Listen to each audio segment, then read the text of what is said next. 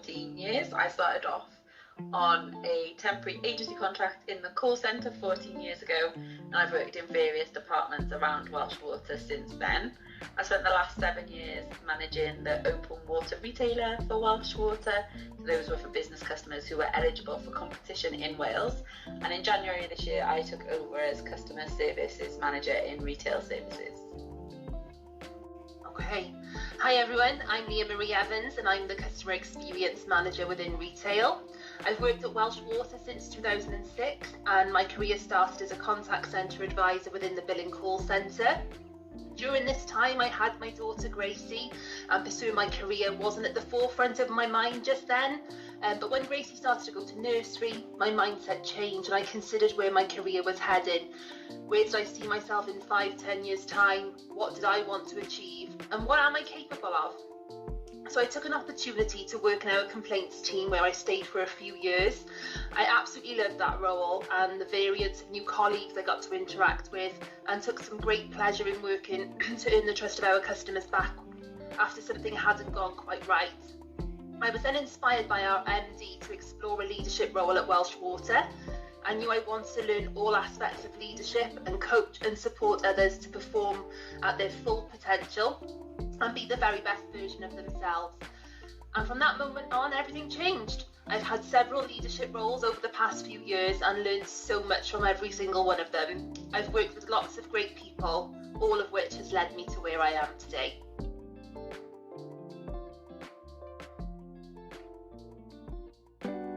So I find that Welsh Water is really supportive of all of its leaders and provides excellent training and opportunities at all levels of your leadership journey.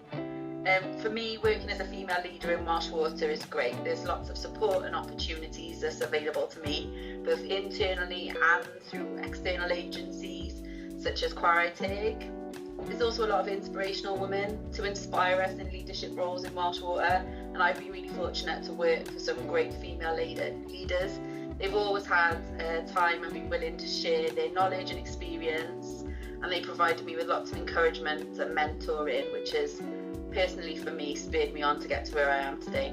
Oh, it's an absolute pleasure being a female leader at Welsh Water. Not once have I experienced a time where I felt inequality or as a disadvantage for being female, and I encourage any woman who has a desire or an opportunity to pursue a leadership career to go for it. If you look around, there's a sizable population of female leaders at Welsh Water, and each of us are empowered to lead in our own unique way.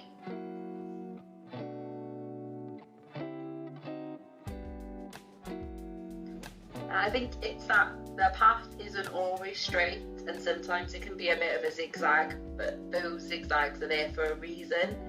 They provide you with brilliant opportunities to experience different things and give you a chance to gain valuable experience and skills in other areas, and also allow you to make connections and build relationships in the business, and that then helps you to continue on your path to reach your goals. Oh, that would have to be stakeholder engagement. It isn't easy. When what you think is an absolutely amazing idea and a step in the right direction for your team and or the business isn't always what others have in mind or visualise for the future. So I've learned that being influential doesn't come without building trust, and trust doesn't come without being open and honest. To be able to build trust and be trusted is such an important core value for any leader to have.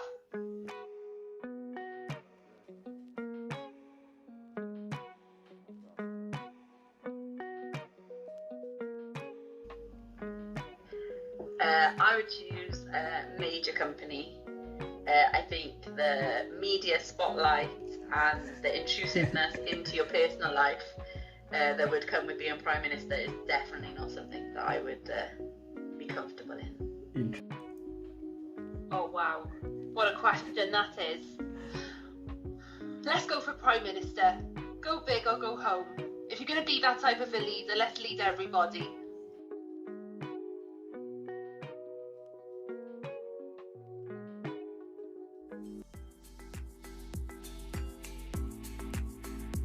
I think that female leaders have the ability to be both logical and creative in their thinking. They bring a fresh perspective on things.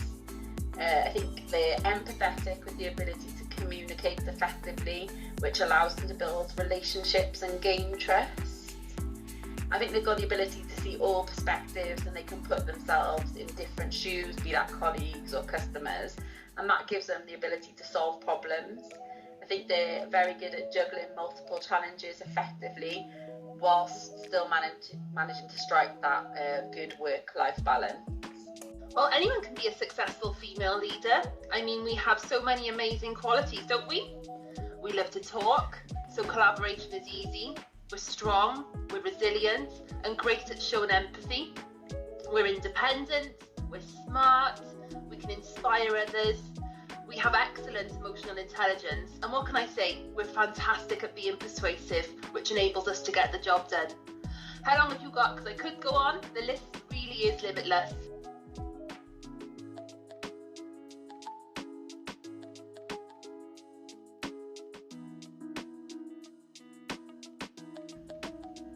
So I would tell them to always be themselves and remember where they came from.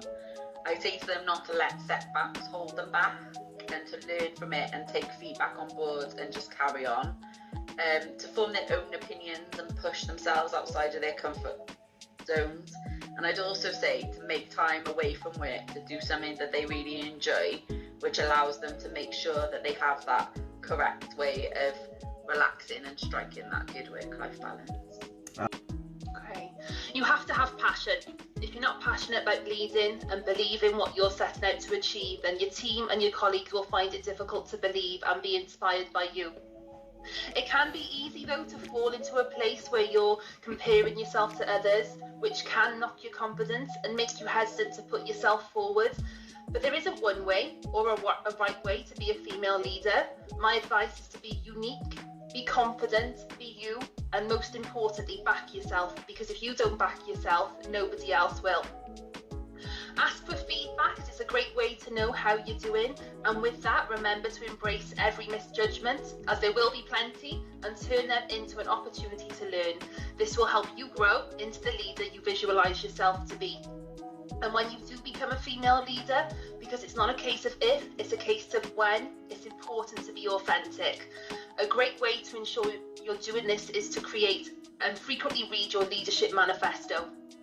Ask yourself, am I leading in the way I set out to? For example, am I leading to inspire? Am I leading with elegance? Am I seeing the bigger picture? Am I communicating open and honestly? All of which will help you to stay true to yourself.